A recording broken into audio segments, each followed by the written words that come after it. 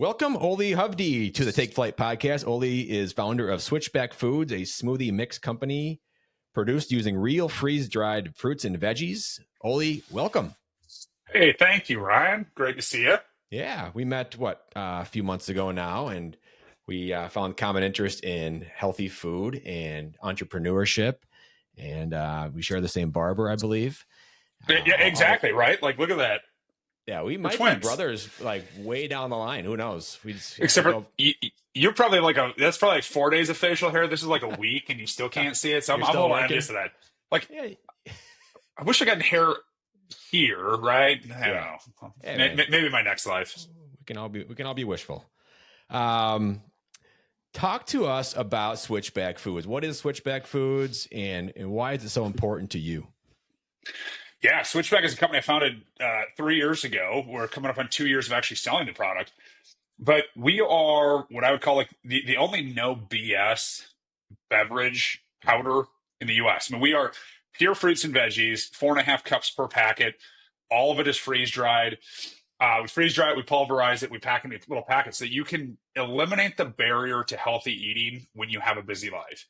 One of the biggest challenges that I ran into was I was making a green smoothie every morning that they fundamentally changed my life. And I just got to a point where I didn't want to make them. It was with 3 kids. It was a pain in the butt. And so we created these smoothie mix. We got 3 flavors, but the best part is they all taste good and they're all super easy and eliminate the excuses to eating healthy. If you can't make a smoothie in 10 seconds with our product, you got bigger issues. Right. So you started in 2000 and what was it? 2022, 23, 22? March of 22 is when I bought the freeze dryer for my garage. Okay. And so when you bought that freeze dryer, what was the moment that morning when you went to that place and purchased it and said, what do you think was going to happen when you did that? You know what? I had no real expectations. So I had this idea percolating, and I had a conversation with the president of the company I was working for, and he left me really frustrated and really upset. The guy was really good at selling, abysmal at understanding humans, and I'm just like kind of what you see in a lot of corporate America jobs where the leader knows how to sell or knows how to build something, but they don't know how to manage. And I went out, and he really irked me. So it was the next day, it was a Saturday, called my wife and I, loaded up the 3 kids. We bought a freeze dryer. What I was hoping to do is over the course of the next 6 months, kind of prove the idea. It's like, I have no idea if this worked. I didn't know anything about freeze dried greens, spray dried greens, drum dried greens. I didn't know anything about it. It was just an idea of, can I take this smoothie I make in my blender and make it easier and shelf stable? And so went out and bought it and started tinkering with it. So you went to buy it with the maybe long-term goal of becoming Switchback, or was it more to figure out for yourself, solve this issue, and then see what happens from there? Solve your personal, maybe your goals for your lifestyle. Yeah, exactly. It was all about, for me, it was solving the personal issue. Initially, it was like, can I make these and just have them in our house? And can this be a simple way to do it? Mm-hmm. What happened though was, within a couple of weeks, I started bringing them to a friend of mine, and he and his wife were like, "Oh my gosh, these things are tasty. They're awesome. We love them. They're super easy."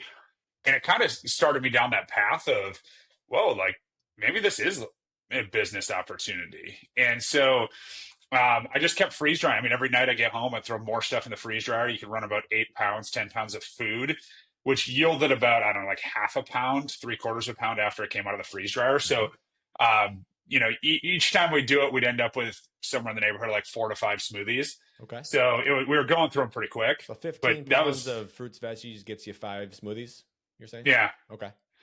Yeah, I mean, you're just removing all the water when you freeze dry. So you start to realize just how much water is in our fruits and vegetables. It's insane. Right. So you didn't have any, correct me if I'm wrong, no food background before this freeze dry purchase? No food science background, no manufacturing of food. I'd worked around the food industry and in the insurance industry, but I was not like a CPG guy. I knew nothing about creating formulas. And I literally just took, the idea was a very green smoothie, mask it with fruit, freeze dry it, and tinker it. And I had some friends that were in the food industry that kind of guided me and like told me a couple of things like, hey, I would look at this or I would look at that. Mm-hmm. But that was the extent of it. It was just truly a trial and error process. So those early days of Switchback, talk to us about some of the hurdles that you overcame and the obstacles you faced that you're kind of like, is this something that has some legs to actually turn into a business? Yeah, I think the biggest one was it was April of that year when people were telling me like these things are really good. You should try turn this into a company. And I started talking to the branding agency, and I realized if I was going to do it, I needed some expertise on food science because I wasn't really a flavor guy, and I figured they knew more than me. And the that moment was, you get these quotes back, and you're like, oh. Oh yeah. All right. Maybe I still am a wantrepreneur, not an entrepreneur. And I went from being an entrepreneur in that moment in my mind back to being a wantrepreneur. And I sat on them for about 3 months and I was like, I can't do this. Like, that's a lot of money and there's a lot of risk. And gosh, I just, I want to be an entrepreneur. I don't want it that bad. And then what happened was June of that year, I had another falling out moment with some leadership guys. And I walked into that meeting, I called a mentor of mine, and I'm like, this is what happened, this is what was said, this is what they said. And that mentor, he said a couple of words, he goes, you know what to do. So I went to my desk and I pulled up my contract with the food science firm and the marketing firm, signed them and sent them back. And that was kind of the epiphany. It took being treated like a zero respect from leadership is what really forced me into doing it. Mm. And so aside from, I'm sure the biggest obstacle early on was the financial, the numbers that you saw from research and development and what it would take to actually get a product tested. And how close were you to just saying, I know you said you sat on it for a few months, but like, did you really consider just finding something different that wasn't as difficult as many people end up doing? The easy button would have been to go back to just be like, hey, I'll suck it up. I'll play the internal politics and I'll just keep my day job and keep making money and life is good. And what's interesting, Ryan, is that was kind of my philosophy. Even after I signed those contracts, everything's in phases. So, right, you get a phase done, you pay. And it was the end of July, middle to end of July of 22. And I was out climbing a mountain and out in Colorado. I did 4 14ers in a day in 24 hours. And on the second day, I had a pure emotional breakdown coming down. I was physically exhausted, mentally exhausted. I was tired. And I had this moment and it was just kind of like, my life can't be what other people want it to be. My life has to be what I want it to be. And I genuinely want to leave the world a better place. And the only way I can leave the world a better place is to make something that leaves it a better place. And so as the moment where I was like, I really have to go forward. That's so great. I mean, and you're doing it for, like you said, to make the world a better place. You're not doing it for you. I mean, you focused on you first. You solve that, or you're working on that, but ultimately you want to do this for other people to help their lives become a little less chaotic. Maybe solve that issue of how do I get nutrient dense food in my body without having to take all that extra steps to make that happen, right? Exactly. That's a big thing for a lot of people. Is when do people usually eat smoothies? It's probably early in the day, right? Where things are a little chaotic in the household, and you got to get the kids off to school. Potentially, you're getting ready for work. Got to get out the door. The last thing you want to do is get your blender out and your fruits and veggies out and cut those up and throw those in and add a mix. And next thing you know, you're just like, you know what? I'm just gonna grab a protein bar and go out the door. How does Switchback solve that problem? It's so funny you said it. Like, think about it, right? You've got kids. I've got kids. Kids are very picky, and they want what they want. And I always laugh because every morning when we make breakfast, it could be yogurt, it could be this morning's pancakes, but the kids ask for a smoothie to go with it. And so I can make 3 different flavor smoothies in under 2 minutes. Each kid gets the smoothie they want, and the shaker bottle goes right in the dishwasher. And so I think that's the testament to it. Is like, even last night, I was on my way out the door to take my youngest to T-ball and run away to T-ball. And I'm like, well, I didn't eat dinner. This isn't good. And so like I'm hungry. I'm going to be angry here shortly. And so I went inside and I made 2 smoothies in less than 30 seconds. Was out the door in the car with my smoothie to go, and I got almost 10 cups of vegetables and fruit in me over the course of the next 30 minutes, sipping on it while I was watching my son play t-ball. It was perfect. So it's a convenience thing, and I always tell people, like, you're a chef. You understand food science. You understand this. If you love to make a smoothie every morning, like if that is your thing, like where you go to bed and you're like, damn, I can't wait to make my smoothie tomorrow morning, we're not for you. We're not. We are for the people that are truly busy and convenience is king. We are a better option than 99.9% of products in the market in our category. And what a testament. You have been working on your product for 3 years. You have 3 flavors and you still have your smoothies daily. You're not... You think over time you might get tired of the same thing, but your product's so good that you love it enough that you're just going to have it every day because you know the nutrients there and the flavors there and it's been tested and it'll keep you full. It's interesting though. I think the testament is actually not like it's more for my kids and the fact that they want them every day. But also, I think the other piece that always blows my mind is our customer base is, like anything in e-commerce, you have a lot of one and done, but our loyal customers come back for 30 smoothies a month. We get emails from people like, I don't want to go a day without this. We had a lady who she ran out of smoothies and she's like, can you ship my order sooner? My subscription order sooner. She's like, I don't want to go a day without these smoothies. And I'm like, so that's the testament in my mind, is that people have been with us for almost 2 years drinking a smoothie every day. And they'll tell you their life is profoundly different. That's awesome. Is there any other utility for the smoothie? It's a powder pack for people that don't know, right? All powder. All powder. Aside from mixing it with a liquid, can you use it, say, in a bowl of yogurt, for instance? Or is there any utility of the powder? Yeah, endless. I mean, truly endless. You can people like I've got a friend who takes this one, Banana Berry Bite, and he'll mix that into yogurt, and that's his lunch, and he'll throw some more fruit on top of it with some granola. He's like, it's not bad eating my yogurt knowing I'm getting 5-7 cups of vegetables and fruit when you tack on everything else he adds in there. Yogurt's good. Pancakes, super good. I'll mix a packet into pancake batter. We've had people make muffins. We had a mom make a bunch of like kids gummies with it. So it really is kind of endless as to what you can do. And we've heard some strange things. We've heard some wonderful things. Like we've got a guy he's a hardcore athlete, and he takes a packet, he rips it open, he puts in 2 ounces of water, he kind of mashes it up, and he makes a paste. And he goes, that's my gel when I'm out working out, as opposed to all the synthetic gels that people talk about. Like on a long run or something? Yeah, exactly. Wow. See, I never thought about that because my mind was on the same track of smoothie, but I thought of yogurt, and then you mentioned all these ideas like pancakes and muffins and paste. You're right. There is a lot of utility for the powder mix. Yeah, it's fascinating to see. And like you'll get people like, hey, I mixed it with this. I'm like, I would never do that, but they love it. And like we get a lot of people that make a green smoothie every morning that buy our smoothies to add into their smoothies. And I'm like, okay, that's awesome. Yeah. Like double the amount of veggies and fruit. Right. So you recently, maybe talk a little bit about your recent, what do you call it? Introduction into a grocery industry? Yeah. So we got into Sprouts. Yeah, go ahead.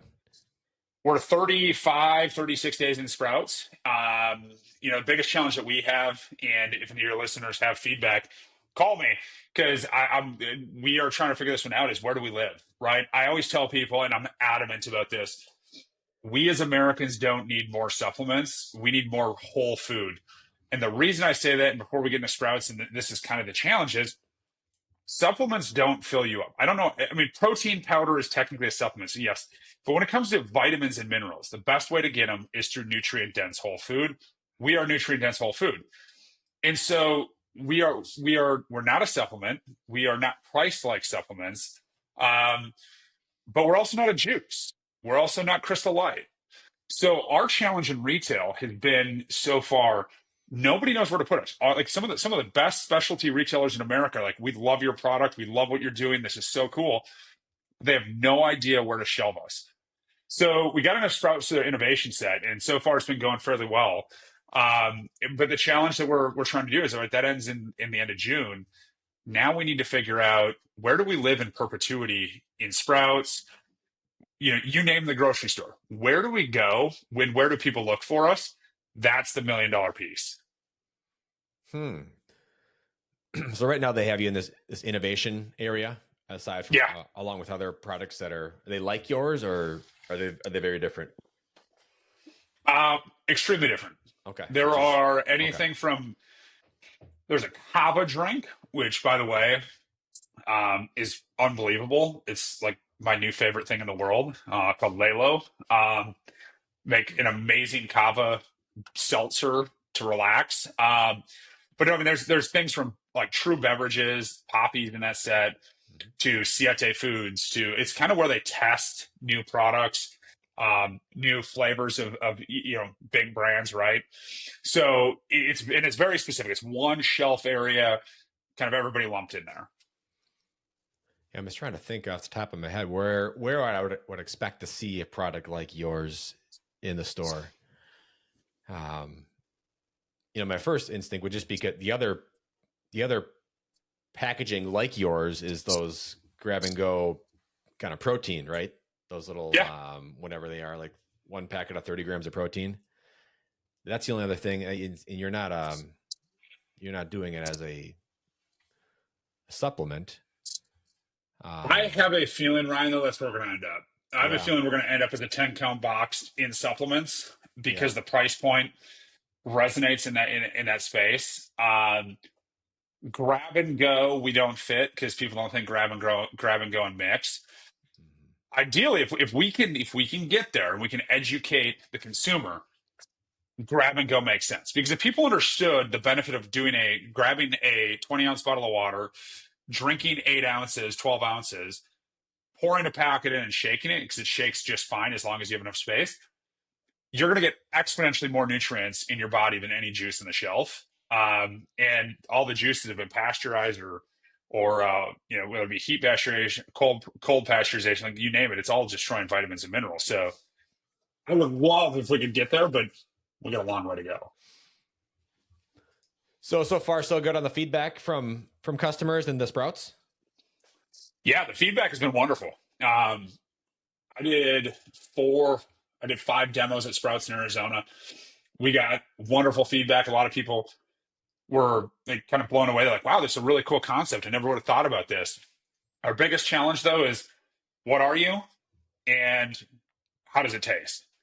Most people have been burned by the greens industry. And so that's kind of my favorite thing, is like, the greens powder industry has burned the vast majority of people. Yeah. And people think we're a greens powder. We're not. We're a green smoothie that tastes like fruit with a little hint of veggie, not tastes like veggie with a little hint of fruit.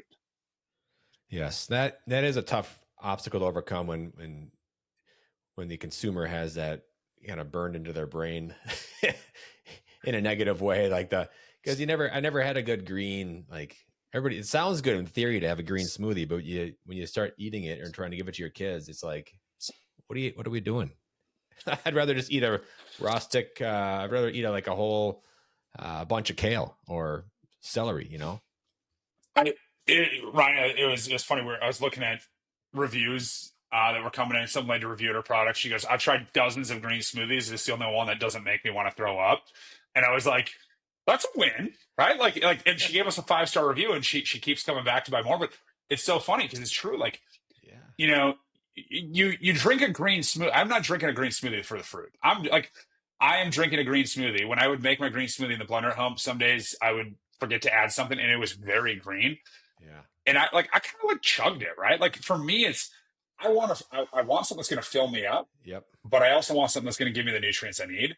And that's why green smoothies are like the ultimate magical thing for people looking to either continue improving their health or start that health change. Perfect. I know you talked about it a little bit already. We'll take a little bit of a shift in. Actually, before we get there, let's talk about how you came up with the name Switchback. I would love to take credit for that, but that was our branding agency. Oh, okay. That's okay. They, What you pay them Ryan, for? what, pardon me? That's what you pay them for. Exactly. You know, it's so funny. I had a name picked out, and it was just like a basic, stupid name.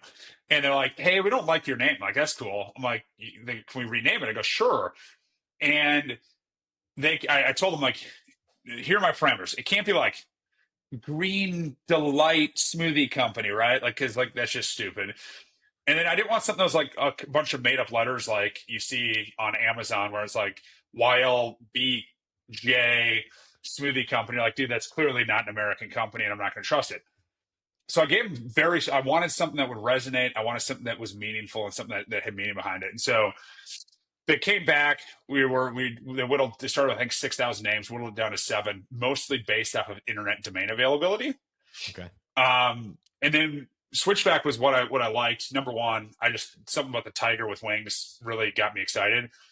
But the initial meeting was, switch back to what's good for you. So we are in the business of helping people easily switch back to what's good for them. The second piece, though, is back to my passion for the outdoors. Yes. And I've always said, and I told them early on, and this is why they're so good at what they do, incremental change gets everybody to the goal they want, right? There's a reason why in hiking, mountain climbing, anything outdoors, when you're trying to climb 6,000 vertical feet, you don't just go like this, right? You go back and forth. You take switchbacks, and you take switchbacks because they're incremental change that helps you get to your goal.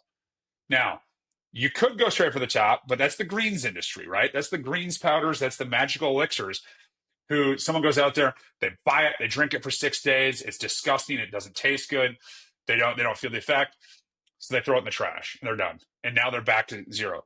We are something that you'll find a flavor you like. You keep on doing it, and you're going to work these switchbacks. And all of a sudden, one day, 3 months, 6 months, 12 months, you get to that point. You're like, wow, I feel really good. And I'm accomplishing my goals. And I lost that weight. And I got back in shape. And I'm there for my family. I'm healthy for my family.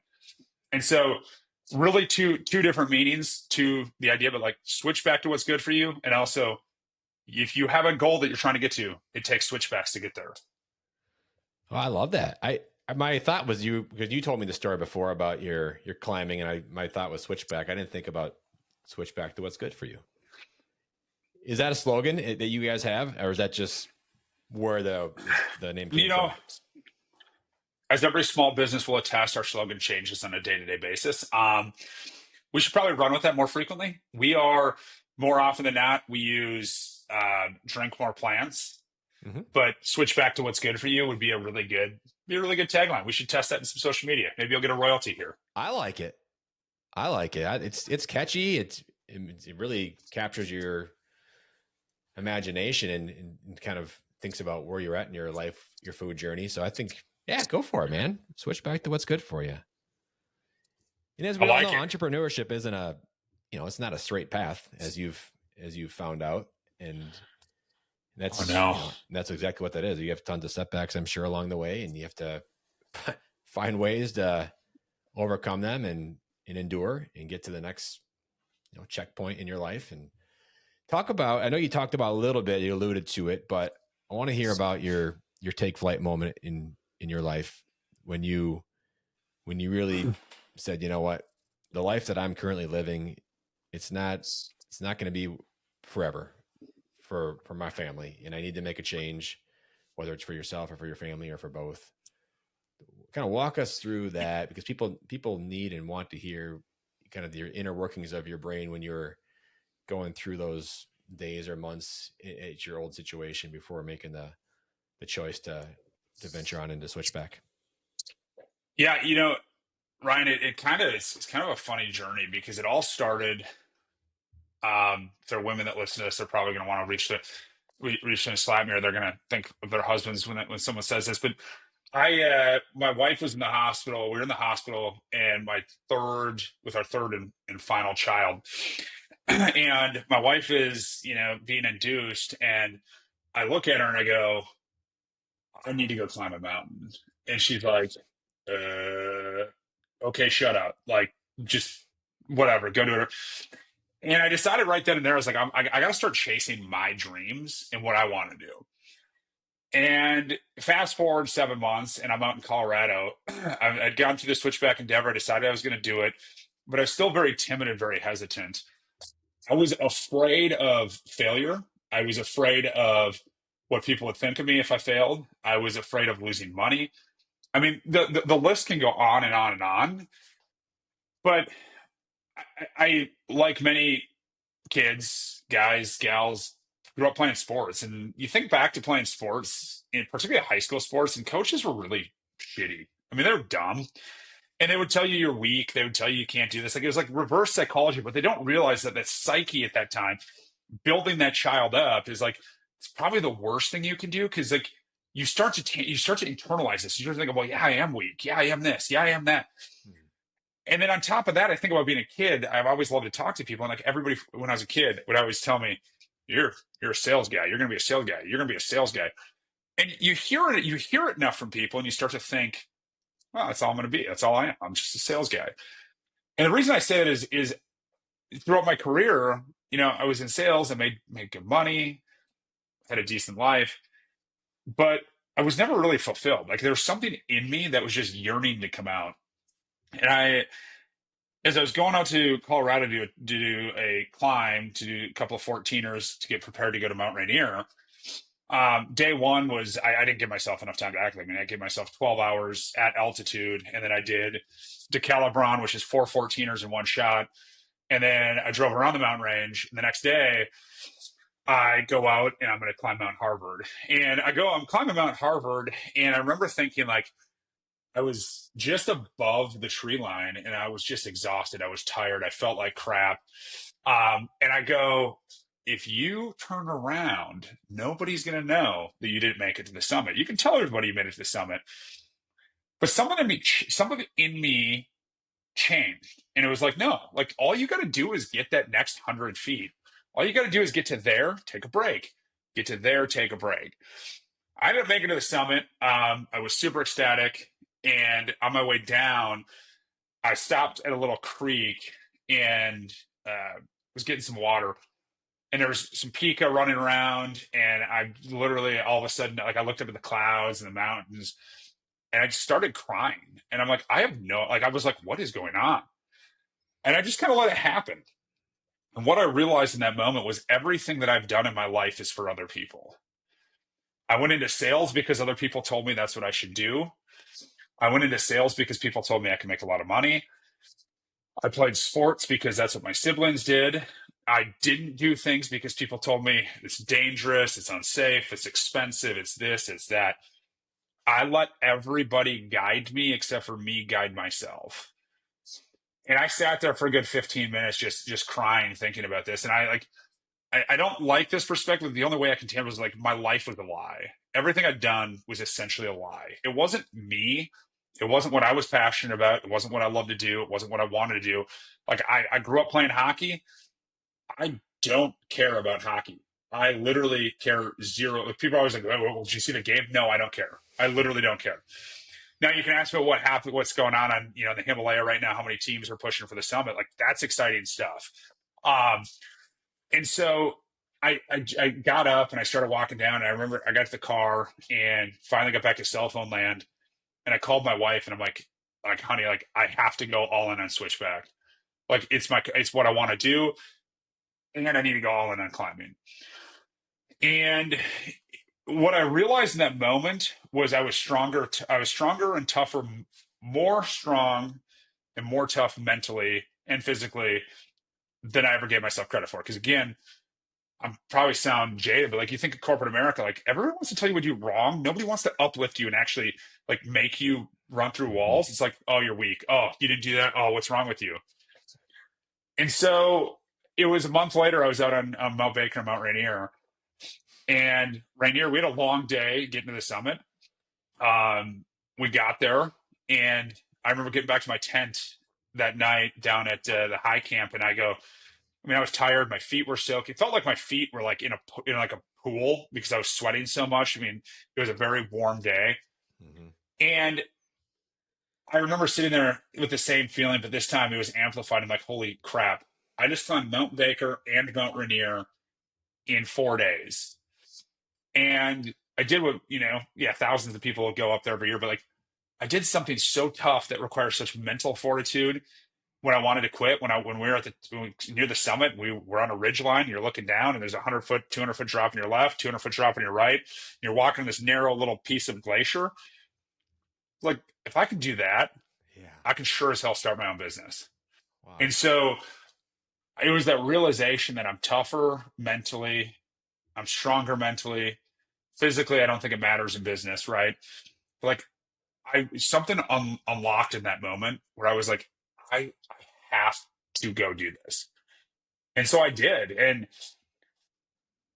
I realized, talking with so many people like, they go, I wish I could do what you did. And it's kind of that realization that I'm not special, I'm not unique, and I'm surely average. But how do we unlock that in more people? How do we get more people to see your life can be defined by what you actually want to do, not what other people want you to do? Well, we're doing it right here, my man. Your stories, other people's stories, are helping people reflect on their lives and where they're at and what they've done and what they have yet to do. And that's what Take Flyt is all about, is identifying who you are and what you want to do. And there should be no limits. And everybody's kind of been tied up in that. I'm doing stuff because that's what society feels or thinks I should be doing. Going up from high school to college, whatever your degree is in college, that's what your career is going to be, right? If you get a degree in marketing, go find a job in marketing. If you get a job or a degree in law, you're going to be a lawyer. Like, your identity, it all becomes what school tells you to do. And that's what many generations before us, their identity was their work, right? Until the day they retired. And then it was like, now what do I do? I've been an accountant for 50 years, and that's what my friends know me as. And my wife tells all her friends I'm an accountant. Now I'm not that. Now I'm just a retired former accountant. And you kind of lose your soul a little bit if you don't discover that purpose. And it's so great to hear your story and other people's stories of having those moments. And I'm so glad you took that hike, because that was pivotal for you in your life, in the journey that you're still on into where you want to become. So Ryan, let me ask you a question. I love to ask this question. What are your hobbies? What are your 3 favorite hobbies? Golf is for sure a hobby of mine. I don't know if you'd call this a hobby or not. It might be a cop out, but I love coaching. Okay. It really ignites me. It's just to see the kids actually enjoy sport and to see progress and growth and teamwork and all that stuff. That's really fun for me. And it's a profession / hobby, but I cannot say cook. Cooking is a great hobby of mine, and I will do it to the day I die. See, I love that. And so I got to ask, with the coaching, is there a sport that you love to coach? For sure, baseball's my favorite, and I also love coaching basketball. All right. Any tips for a first-year T-ball kid that hits the tee more than he hits the ball? Just swing a little higher. Here's my favorite: is the coach like, keep your eye on the ball. I'm like, the ball's not moving, dude. The ball's not moving. Like I don't think this is an eye on the ball thing. I think it's I'm trying to whack this thing as hard as I can.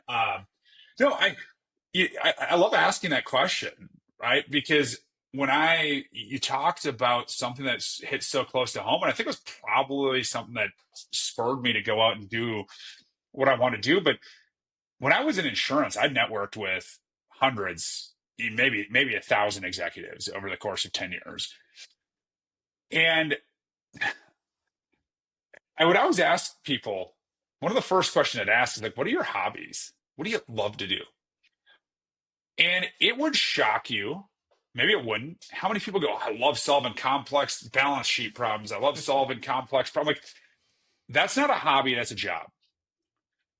That is a role. What is your identity? Who are you? And I'll never forget, there was a guy that I was talking to, and this is early on in COVID. He goes, I'm going, what are your hobbies? He goes, I'm embarrassed to admit it. I'm like, dude, just say it. He's like, I love thrifting. I love going to estate sales and finding stuff to sell online. And I was like, we talked for an hour and a half about that.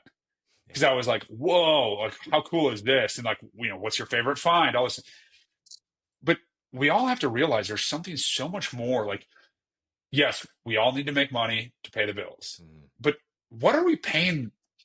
What are we paying the bills for? Like, what is the purpose? Why are you getting up every day? Is it because you're a parent? Is it because you want to, like, and I think this thing, like, it took me years, and luckily I figured it out. Like, I know what drives me every day. My kids are never going to wake up and go, gosh, Dad, I wish you'd stayed in insurance and made $1 million a year. It would have been really cool. Like, we could have done cool things. My kids are ecstatic, and nothing gets me more excited than when my kids tell someone, yeah, my dad runs Switchback.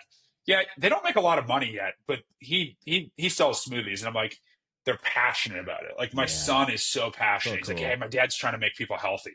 Yeah, that's awesome. And they're so proud. That's the best when you see it in the kids' eyes, and they're proud to tell their friends that their dad is doing something that he believes in.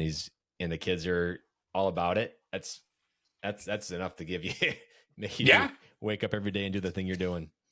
I love that so much. Couple more questions here for you, because I know how important this is for you to help other people. But with Switchback, what kind of impact do you hope Switchback Foods will have in the world here in the next 5 to 10 years? That's an easy one. I want to empower people to fundamentally transform healthy eating on the go. We should be in everybody's backpack. I mean, is it unrealistic? Damn right it is. We're selling fruits and veggies and fruits. We're not selling sugar laden chocolate, like all the stuff that I love, but we're selling something tough. But we should be in every backpack of every parent in America as they're going to the park, playground, or on a work trip, because we really are the simplest way to help start that transformation of health.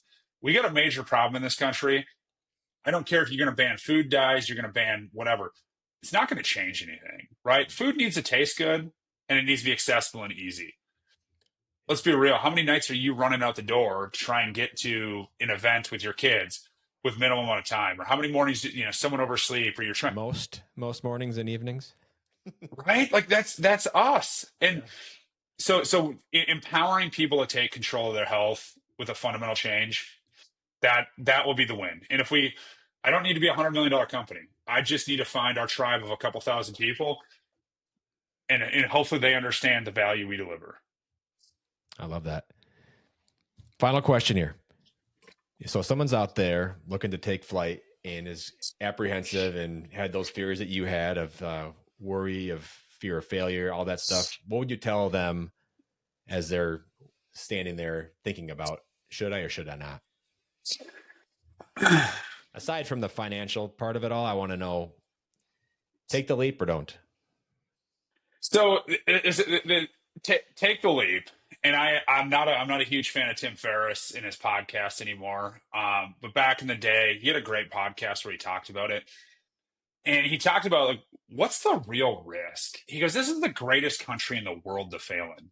There's a million things to help save you. There's jobs. And I think about that, like, take the leap of faith. If your idea is vetted and your idea is validated, take that leap. The other piece that I will tell everybody is, you're going to get a lot of advice and a lot of feedback.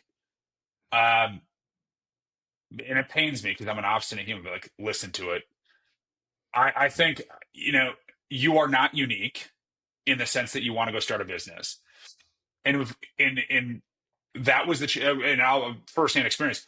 I thought I could do it differently. I thought I could.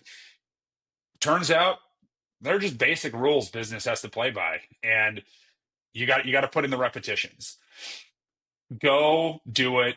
Listen to the feedback from trusted advisors, and don't think that you're going to be any different, because it is hard work, but it's so much fun and it's so rewarding. Because, I mean, we talk about it every day. We used to, the days when we get one sale a day, and then all of a sudden we're getting 2 sales a day, and now we're getting days with 25 or 30 purchases, and we're like, holy crap! Like, remember those days of doing 1, or the days where we did 0? Like, we can see that, and it's so much fun, and you're seeing so that's probably the biggest piece of it. And it's do it, listen to good feedback, and just understand that you're most likely not going to be any different than anybody else. You're going to have to put in the repetitions, which I'll also put this in there because I read the book, The Boys in the Boat, and I highly recommend it. It's one of the best books I've ever read. And so you've read it, and so yes. I don't know how do you say that sports the Royal Brotham? I don't know how you say his name, but close enough. What blew my mind, Ryan, is that very last page. The book is phenomenal, but that very last page, when he said Royal Brotham estimated that Joe Rance rode 4,344 miles in 4 years to compete in 26 miles of races. 4,344 miles to compete in 26 miles. And I think about that from a business perspective, and I go, we got to make 4,344 videos for Meta to probably win with 24. And it's just go in eyes wide open and know that it's worth it. But it's going to take a lot more work than we all gave it credit for. Ole Hovde, thank you for joining the Take Flyt podcast today. You are very welcome. I appreciate it. A lot of great wisdom from you. You've been through it. You're going through it. And we're here to cheer you on, my man. Hey, thank you. It's great to meet you. Thank you, everybody, for joining the Take Flyt podcast. And we'll see you on the next one. Take Flyt.